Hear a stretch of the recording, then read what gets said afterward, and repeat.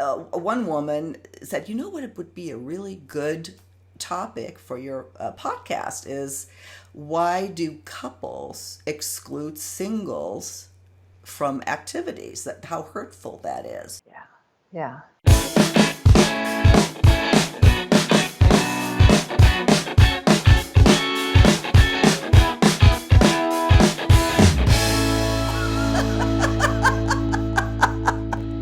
Thank you so much for joining us again on Second Act TV. Want to welcome back one of my favorite guests, writer, author, podcast host, Treva Brandon Scharf. Treva, thanks for joining me again. Oh, thank you for having me. Thanks.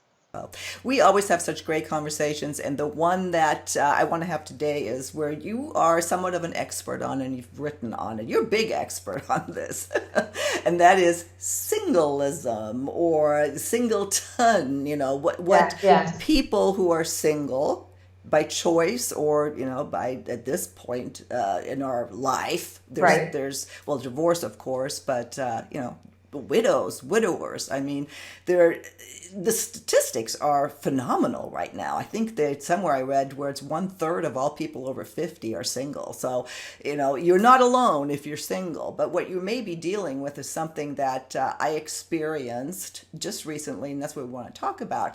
I was at just at a 55 over community out by the pool talking to some people, and of course what do you do comes up. Long story short, one woman said, you know what, it would be a really good topic for your podcast is why do couples exclude singles from activities? That how hurtful that is. Yeah. And I thought, well, what a great topic. Yeah. And how often does that happen, Treva? I don't want to know how often it happened to me. I really don't want to. I don't want to know those conversations, between the husband and wife. Well, should we invite her? I don't know. She's single. She doesn't. She won't have a date. Well, is it awkward? Maybe she. It's third wheel and. I'm such a professional third wheel. I got it down, and I'll learn to love it. I think couples are strangely uncomfortable with a particularly single woman. Again, I don't want to think that there was any kind of like weirdness or jealousy or stuff with me being on my own and joining a couple friend for dinner. That would really hurt my feelings if they felt that way. But I have definitely felt that in party situations, not necessarily just, out with a couple friends of mine, but like when I was in a bigger social event. Wow, that is, talk about, feeling like you're like almost a party crasher. You don't belong. People don't acknowledge you. You're not legit if you don't have a date or a partner or a plus one, right? Yeah. So, I got used to all that. Interesting when you say that, the stuff that comes to mind, because a lot of times it can even be just unconscious that we do this. Like she was saying, a lot of times we're just sitting around talking, people are making plans for dinner that evening, and they never think to invite me, and how hurtful that is. She goes, I'm not lonely at this age, but what makes me sad is when I'm left out, that's really what hurts. And then it's interesting what you said about, that you're not legit. I remember we have some, married friends, Paul and I, and we just started hanging out with them again. And I remember he said, well, I get invited more and more with his friends. I get invited more and more often now because, you're in the picture, I guess finally I'm legit. Yeah, that's so not cool. And it's so, shame on them a little bit because you're awesome. We were, before we found our people, we were awesome single women with a lot to offer and we brought a lot to the table. I don't know. I think it's unfortunate. It's very kind of small thinking to not invite single people. I think it adds a lot to the dynamic. Mm-hmm. Yeah, it is oh, well, this is what we deal with. Mm-hmm. And I think it's incumbent upon the single person to have a thick skin. Yeah. Yeah, and exactly. be comfortable in themselves, in their skin. I think a couple of things to point out to couples. Speaking to couples now who may be doing this, what you don't want to do to your single friends is not, as you said, not invite them to a dinner party because they don't have a date. Yeah. But and though at the same time, what is nice is to make sure, if you can, that if it is a dinner party, that person isn't the only single one. That doesn't mean Correct. that does not mean setting him or her up. That's another Yes. mistake. You don't want to assume that they want to be set up all the time. Right. Right. But maybe have two other women but something to where it's not the Yes. odd man or woman out. Yes, yes. No, I'm very conscious. I think because I was single for so long, I'm so sensitive and so aware and conscious and inclusive of my single friends. We're always inviting them along because I know what it felt like to, you know, be excluded. And yes, if you're having a party, by all means, just for balance and symmetry, invite, sprinkle in some single people. You brought up another point too about questions or some couples don't know how to act around singles. I mean it's kind of silly to that it would be that way, but it is. And you get those awkward questions about why you're not married or why you're still single. Heaven forbid at our age you've never married or married late in life. Right, And right. those are just, again, those are questions that are just none of your business, and they're so not humiliating is not the word I'm looking for, demeaning. Yes. Yeah. They're demeaning. Yeah. It's kind of like asking a heavy set woman if she's pregnant. I mean, you probably shouldn't ask, why are you so, I mean, I know that it's well intended. People would many times say to me, so what's a girl like you not married, or why haven't you been snatched up? Or I know it came from a good place, but conversely, you wouldn't say to your married friends, well, why are you still married? Exactly. I mean, why you're asking me why I'm single? Okay, tell me. That's actually a great way to handle that. Well, why are you still married? Are you? Yeah, no, you're right. And there's like a superiority that some couples have if they're married, that they're somehow better than you, and that everybody aspires to be Yes. married, that's the ultimate outcome of a relationship. And that's not the case, and you certainly should not impose that on any single people, right? No, no, it's not. It's rude. Yeah. It's I don't know. It's singleism. It's prejudice. It's everything we try to be very very aware of. With race and culture and religion, and we need to apply it to singlehood. You're not less than. Easy for me to talk about this now because now I'm married. But the truth is, yes, I was that insecure person, and yes, it did get to me. And as strong and confident as I am, and as good as at being single as I was, and I was professional single person, man, I had it down. It still sucked.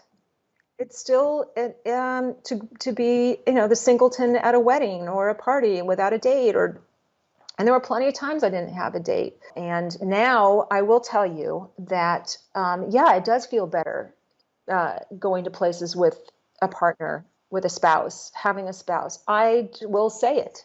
I spent a lot of years alone, having to fend off what I call daggers, like evil eye, being the only single woman at a party. Well, what's interesting about this topic is the reason that we feel that way, or a lot of us, and I don't want to speak for every woman. There'll be people watching, not just women, and men too. I mean, this really goes both ways. Although I think women get a little more than men do. Yeah. Not everybody feels that way. They're perfectly happy being single, and this is really what we need to move to, because it's becoming more and more common, especially when you're older. Yes, especially when you're older. However, There is, and I read a lot about dating. I'm in the dating space, and I read stuff from people, content written by single people of all ages. I will tell you what I'm sensing out there in the dating world, what is turning the tide against this so-called singleism, is single people of all ages are so tired of being mistreated, and I blame online dating for this. That the bitterness level and the frustration levels are so great that people are just opting out. They're just saying, fuck it, I'm going to be single and love it, and they do, because it is unfortunate part of our dating culture now that there's so much negativity and mistreatment. Don't even get me started. This is a whole other episode for us. Yeah, But well, what I want to get to though too is, I mean, this segment, the reason why I wanted to do it is just to really raise awareness and have yourself, if you're a couple, are you doing this? Are you doing this? And maybe there's a way you not to do these things to make somebody feel horrible. But I also don't want to put single people in this victim mode that everybody, all the couples need to change so you're okay. That's not the message here either. The message is that yes, other people experience this. You're not alone. So maybe for the remainder of our segment, how can single people deal with this better? I mean, I know it's difficult, but are there some good tips? Oh man, it is a confidence issue. It really is. It's an inside job. I got to tell you, the more you are single, the longer you're single, the more comfortable and better you'll get at it. The more you surround yourself with supportive family and friends who don't give you a hard time, that'll make it easier. And just kind of accepting and embracing your singlehood for now. It may not last. Mm-hmm. I think a lot of people now in our cohort, 50 plus, who probably have a divorce under their belt or two. I know a lot of people have no desire to get married and don't even want to live with anyone. They're just like, you have your space, I have mine. This is how I like it. And God bless. Because we are not in the 50s. Mm-hmm. This is, in a way, it's never been a better time to be single. Mm-hmm. I agree. So acceptance, and then, like I said, surround yourself with people who won't hassle you or give you a hard time or asking, why are you not married? Get rid of them. Or tell them, just say, knock it off. Yeah. And just always be your authentic self. Don't make excuses or feel like that you need to give an explanation. I know I'm in a couple because Paul and I have been together but we're not married and we're not going to get married. And we also get this is sure. Well, why aren't you? Oh, you've been together 10 years. Well, where's yes. the ring? What kind of a question to ask? Because it's tradition, it's traditional, it's convention, it's what people, it's also held up as the ultimate prize. Right. Marriage is still like the ultimate. No, it's not. And no, there's nothing wrong with you if you're single. No, it's just you have to get those self-defeating thoughts out of your head. There was another thing I wanted to say, but I have menopausal brain fog. Oh, are you talking to me? Yeah, well, to everybody. But it's going to come to me about self-acceptance and that you are enough. And if you like the way you are, that's all that counts, really. You don't have to answer to anybody. But however, with that said, as much as I support the concept that, yes, you're enough right now as you are. If you're not happy, if you're not satisfied, there's always room for improvement. And this is where I come from, the world of self-improvement. I'm all for seeking out what makes you happier or healthier or stronger. And there's always that element to it. So otherwise we turn into victims and we become complacent and we become pitying, that's not good. Yeah, no, exactly. Well, we're coming to the end of this segment too. Again, a topic that we can talk about forever. You Google it. There's so much written on it because so many people are affected by it. Trevor, is there anything else that you want to add on this topic? I do, and so when you and I get talking, I almost forget what I do, for a living. I forget. Because I talk to you as someone who with lived experience. I talk to you as a former single person for many, many years, and I forget that I am a coach sometimes, and that I help people like me get through the sticky parts, the hard parts of being single. And I do a lot of hand holding because there's so much self-shaming. Right. It's just a cesspool. Sorry, it is. It's between online dating and the culture and the division and the divisiveness. And I mean, this is what I do. If you're looking for someone with some really in-depth, like personal walk in your shoes Right. level guidance, direction, and coaching. Right. Exactly. No, Trevor, you're fabulous to work with, and I think a lot of our viewers have contacted you or working with you, and that makes me really happy. Yes. I think what I just want to end with is that if again, there's nothing wrong with you being single. If you feel bad about it, figure out why. Is it because people put pressure on you, or because you want it? And I think you said that too. If you want to be, find someone, then there's ways, of course, that we cover all the time to do that. But being single, staying single, and being happy single, that is becoming more and more of the norm. And with that, let me end this segment. All right. Yeah. Power to the single people. Woo! Treva, I'll link to all your stuff, and I'll see you soon again on Second Act TV. Thank you so much.